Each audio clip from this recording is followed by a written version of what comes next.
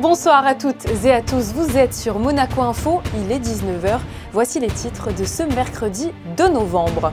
On vous emmènera dans les coulisses de la signature d'un accord entre Monaco et l'Organisation mondiale de la propriété intellectuelle. Elle s'est déroulée, vous verrez, au ministère d'État. Le port de Vintimille entame sa transformation. Des travaux ont débuté afin de réaliser un ouvrage de protection côtière. Nous vous les dévoilerons dans cette édition. J-4 avant le top départ de la route du Rhum, Boris Herrmann, l'un des 2 navigateurs du Yacht Club de Monaco qui participe à cette traversée, nous livrera son état d'esprit à quelques jours de partir en mer. Et puis on vous emmènera en direction des étoiles avec une belle rencontre entre un astronaute de la NASA et des jeunes élèves monégasques. C'était ce matin même en Principauté. Et pour finir, la foire de Monaco-Sévray fait le plein depuis son ouverture. Nicolas Réal, son vice-président, abordera notamment sa fréquentation, mais aussi la sécurité particulière mise en place pour ce grand rendez-vous. Singapour, la cité du sud-est asiatique, était l'hôte ce vendredi du Pôle in Monaco. C'est au prestigieux Marina Bay Sands que près de 600 convives venant de toute l'Asie se sont retrouvés pour cette soirée de gala tant attendue autour du prince Albert II. Après une pause de 4 ans pour cause de pandémie, ce gala caritatif organisé par la présidente de la branche asiatique de la Fondation Prince Albert II, Jackie Deromedi, avait pour thème la préservation des océans. On quitte Singapour pour retrouver la Principauté où justement un Singapourien est en ce moment même à Monaco. Il s'agit de Darren Tang. Le président de l'Organisation mondiale de la propriété intellectuelle était au ministère d'État ce midi. L'objectif, signer un accord avec la Principauté. Les explications tout de suite avec Frédéric Elion et Olivier Bonello. Monaco est un État membre de l'OMPI, l'Organisation mondiale de la propriété intellectuelle, depuis 1975. Et pour la première fois de l'histoire, le directeur général de cette institution s'est rendu en Principauté pour une visite de travail. Ce mardi midi, au ministère d'État, Darren Tang a signé, aux côtés de Jean Castellini, le ministre des Finances et de l'Économie, un mémorandum d'entente afin de définir les axes de coopération entre le gouvernement et cette agence spécialisée des Nations Unies.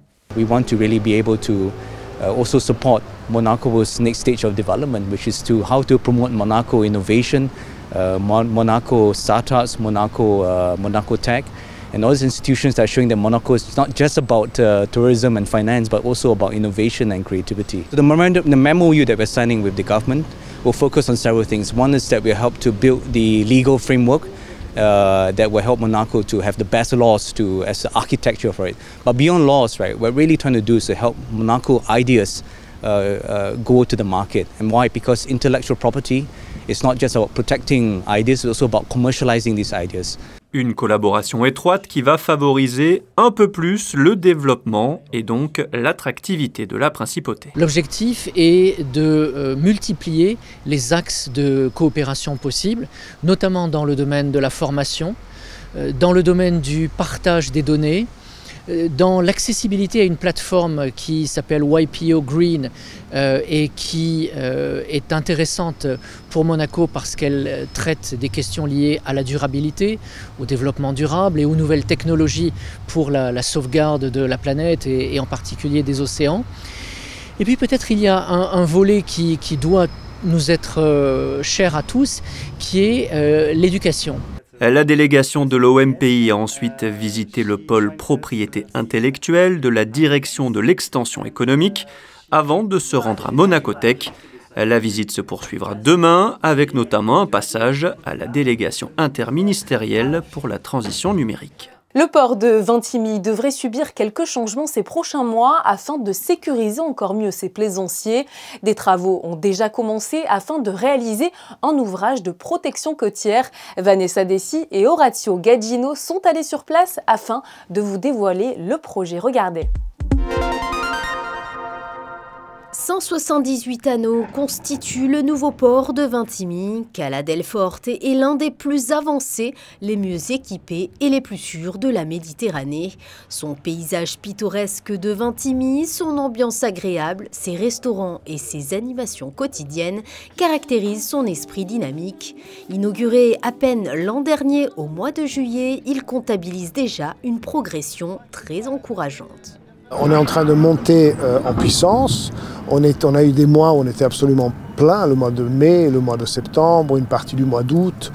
Donc je suis, malgré les conditions un peu incertaines qui existent aujourd'hui dans le monde, et financièrement et politiquement, je trouve qu'on est en train de le remplir doucement, mais tout à fait à son rythme. D'importants travaux ont d'ores et déjà commencé afin de renforcer la sécurité du port. À l'aide de 120 000 tonnes de blocs d'enrochement et de matériaux en pierre inerte d'origine naturelle, issus de carrières siciliennes et locales, Cala del Forte bénéficiera d'un ouvrage permettant ainsi de remédier à des agitations d'inconfort constatées lors de rafales de vent de sud-ouest. Le principe de ces travaux, c'est de protéger le port par rapport à des épisodes assez peu fréquents, mais qui peuvent arriver en hiver, où un certain vent et une certaine houle arrivent dans une fenêtre de 10 degrés à partir de sud-ouest et qui crée une petite houle résiduelle dans le port, qu'on ne voit presque pas, mais qui fait faire un mouvement en avant et en arrière au bateau, et que ça peut être un peu inconfortable. Donc, pour avoir un port absolument parfait, on a décidé de faire ces travaux de protection de l'entrée du port. On appelle ça communément la banane. Ça consiste à faire un enrochement supplémentaire au-delà de la fin de la digue. Le calendrier prévoit l'achèvement des travaux en avril 2023 pour ensuite procéder au contrôle administratif. Le récif de protection côtière aura alors une longueur totale de 120 mètres. Dernière ligne droite pour les 138 marins qui se préparent activement avant de prendre le départ ce dimanche 6 novembre à Saint-Malo de la 12e édition de la Route du Rhum.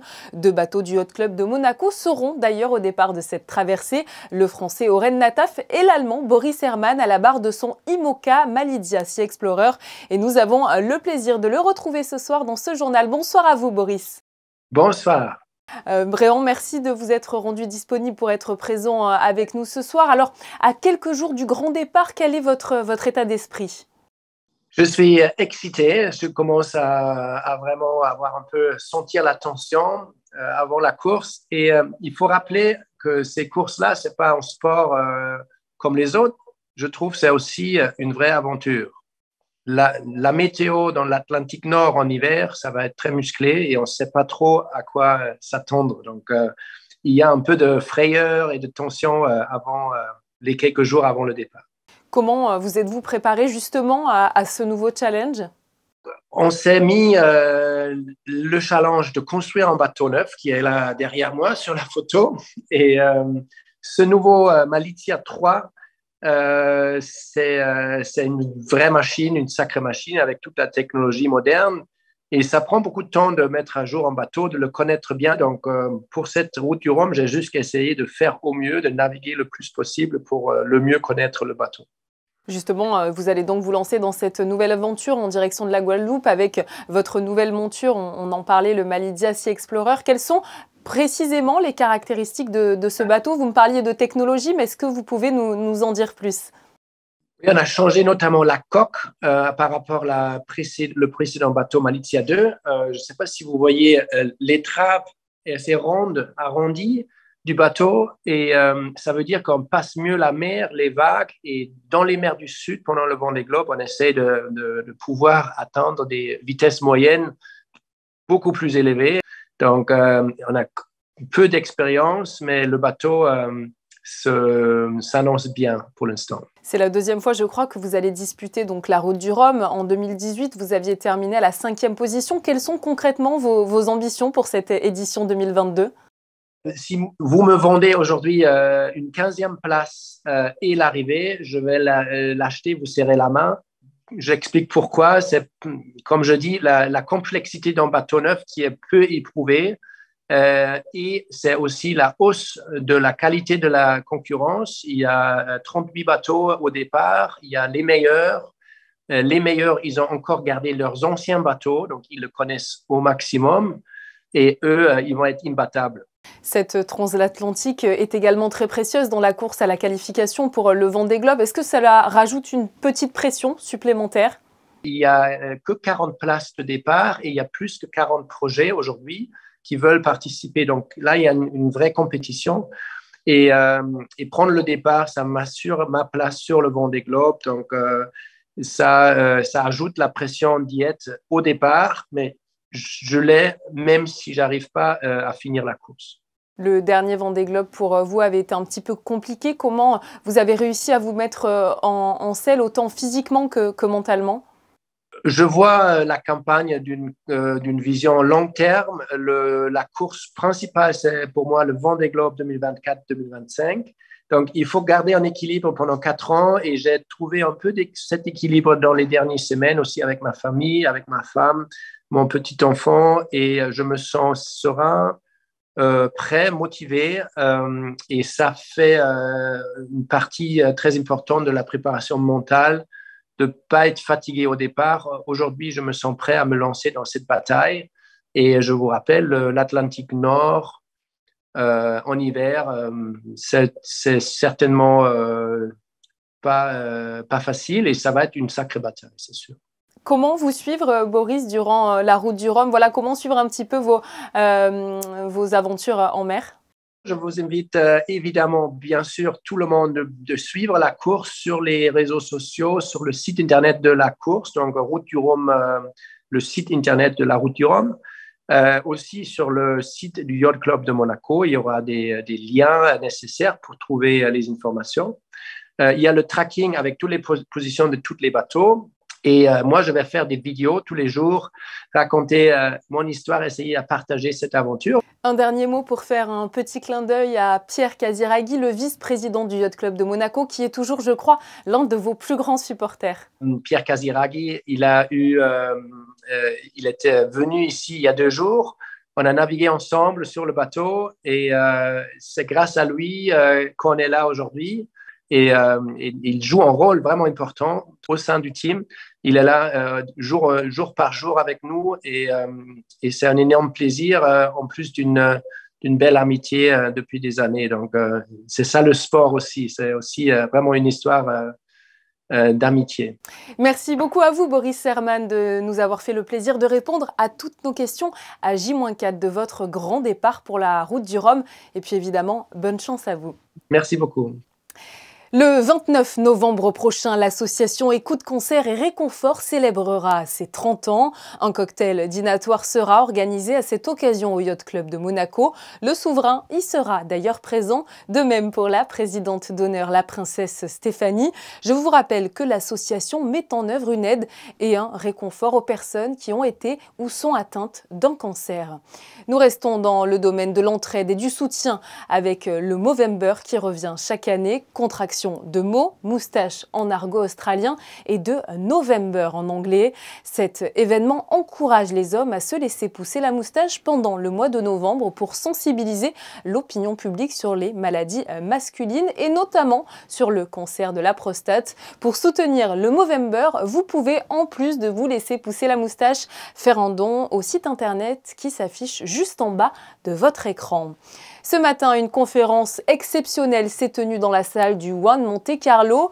Ron Garan, astronaute de la NASA, est venu parler et partager son expérience dans l'espace avec les enfants de Monaco. Un échange enrichissant qui a pu alimenter pas mal de rêves. Reportage Yannick Debever et Olivier Bonello.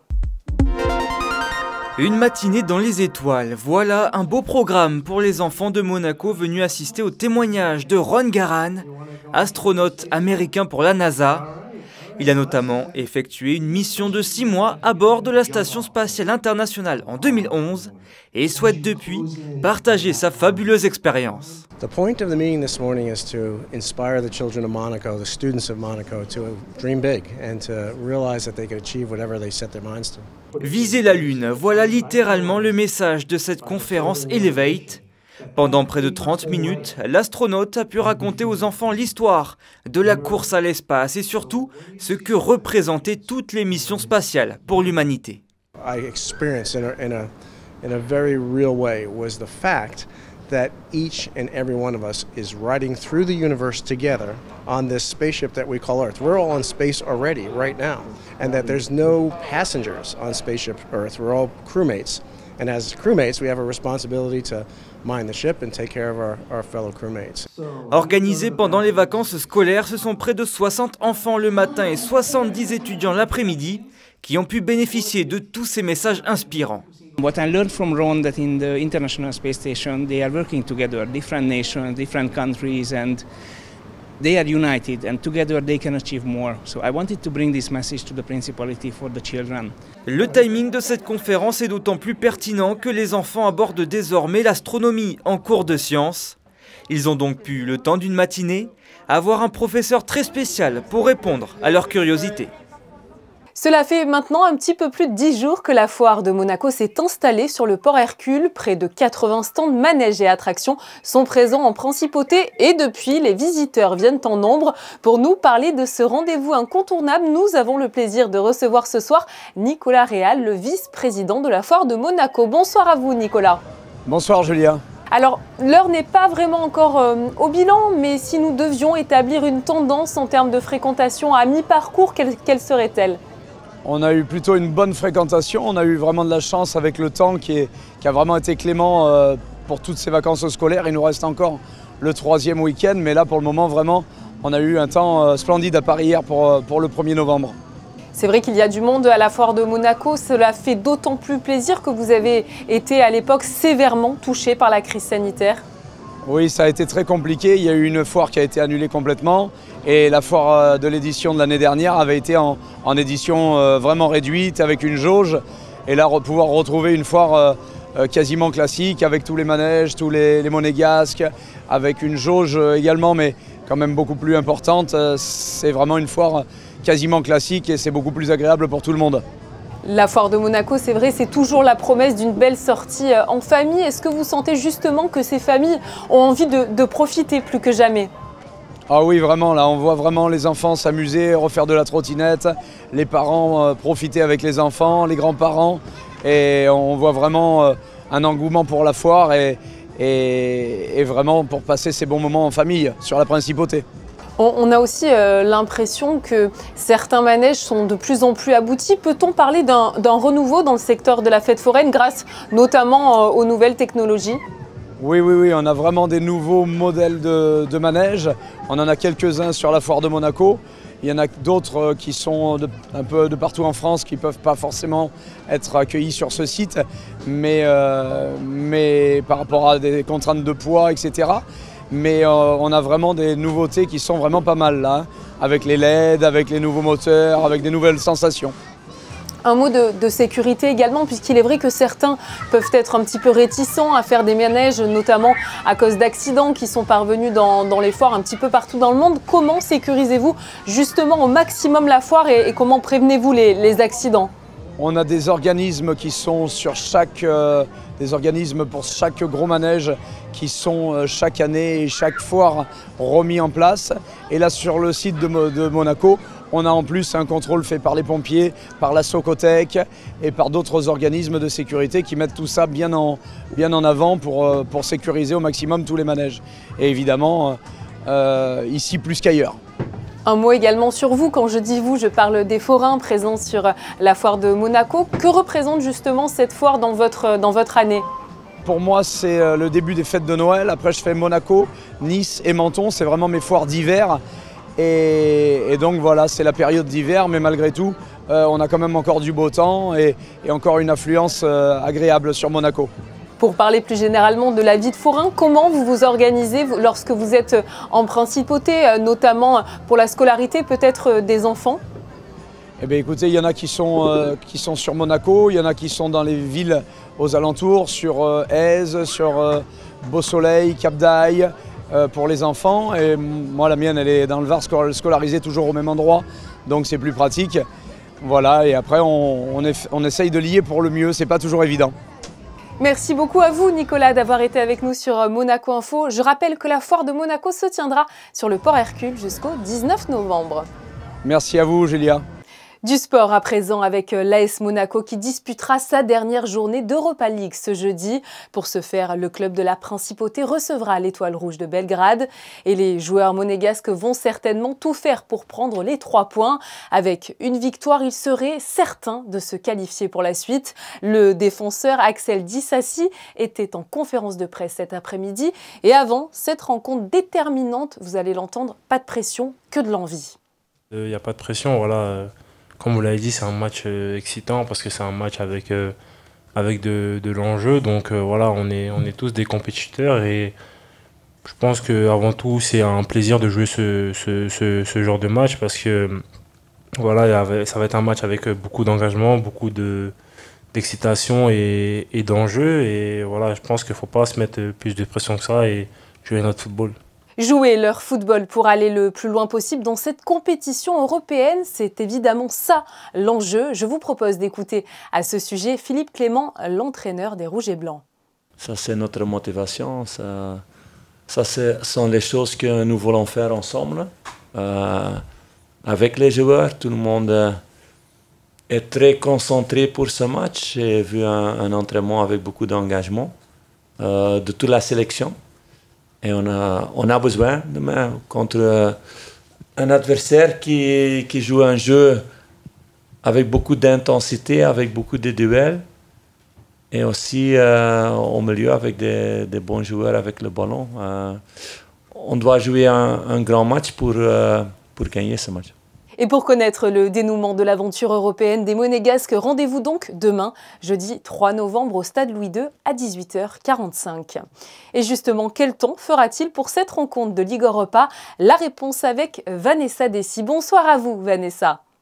Bonsoir Julia, bonsoir à tous. Un temps légèrement voilé au programme de ce jeudi. Les températures oscilleront de 12 à 16 degrés. Le soleil se lèvera à 7h06 et se couchera à 17h20 et nous fêterons les Hubert. Comme le veut la tradition, nous refermons ce journal avec de très beaux clichés de l'un de nos photographes. Michael Alési est allé à la foire de Monaco à votre rencontre et cela donne des photos authentiques que vous n'êtes pas prêts d'oublier. C'est la fin de cette édition. Demain, vous retrouvez Fabien Bonilla aux commandes de ce journal. Je vous dis de mon côté à très bientôt. Mais en attendant, prenez bien soin de vous. Belle soirée sur Monaco Info.